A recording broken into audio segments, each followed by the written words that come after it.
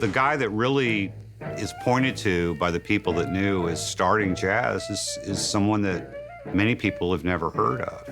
I grew up in New Orleans. I didn't hear about him until I was, a full adult and went looking to try to find out about jazz. Buddy Bolden, some people say he was the progenitor of jazz. He was the founding father of jazz music. Buddy Bolden's impact is all over the world, man. You ask anybody affiliated with jazz or just music in general that knows like New Orleans history, they're gonna tell you it all started with him. Buddy Bolden is the first jazz band leader in New Orleans. He grows up in Central City. He's born on First Street. His parents go to the St. John IV Baptist Church, and the music was very intense, clapping, and people said that's where Bolden got his ideas for music. One of the other constant sounds in his ears would have been from the brass bands. When Reconstruction ended, Black folks realized they had to pool together as a community to take care of themselves because they were on their own. And mutual aid and benevolent societies were founded all over the city and through the hinterlands, and people put in money, but when they died, their funeral was paid for and a brass band would escort them to the hereafter. Well, the cemetery with the most post-Reconstruction Black benevolent societies in it is just about 4 blocks from Bolden's house.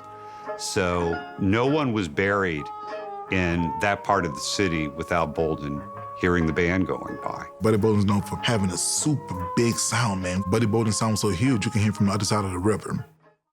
Well, I'll show you my interpretation of what Buddy Bolden would be today, But yeah, some cats, they'll play. And Buddy played the same thing, but it'll just be a little bit more powerful, I feel like. It'll be more intense. So,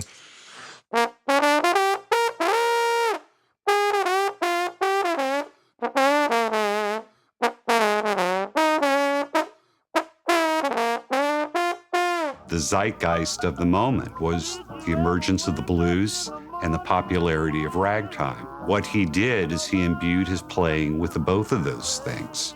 Really does settle on a front line of the trumpet, which plays the melody, the clarinet, which plays variations on the melody and arpeggios on the chord, and the trombone that plays a combination of bass, slurs, and growls, almost like the punctuation. It's like a conversation going on. You can play what you want, but it's got to fit what these people are playing. It's as much a listening exercise as it is a playing exercise. You can't find any recordings of Buddy Bolden. People are always saying, if they could find that elusive recording that he supposedly made, it would clear everything up. And I don't know if it would, but people like Kid Ory said that you have to give Bolden credit for getting the ball rolling. Kid Ory is a very interesting story. He was the son of a white father and a Creole of color mother. Grows up on the plantation, and he gets interested in music, first doing barbershop, quartet, harmonizing, and eventually saves up enough money to come to New Orleans and buy a good trombone. And that's the day he meets Buddy Bolden. He's 17 years old. You can imagine a 17-year-old meeting your hero for the first time, and that really inspired him. And he goes back to Laplace. He puts together a really good band, and they come to New Orleans in 1910 and take the city by storm. And for the next 10 years, Kid Ory's Creole jazz band is considered the hottest jazz band in New Orleans. But Ory, most importantly, is a band leader. He's a trombone player, but his real instrument was the band. And he nurtures the developing New Orleans traditional jazz style post-Bolden.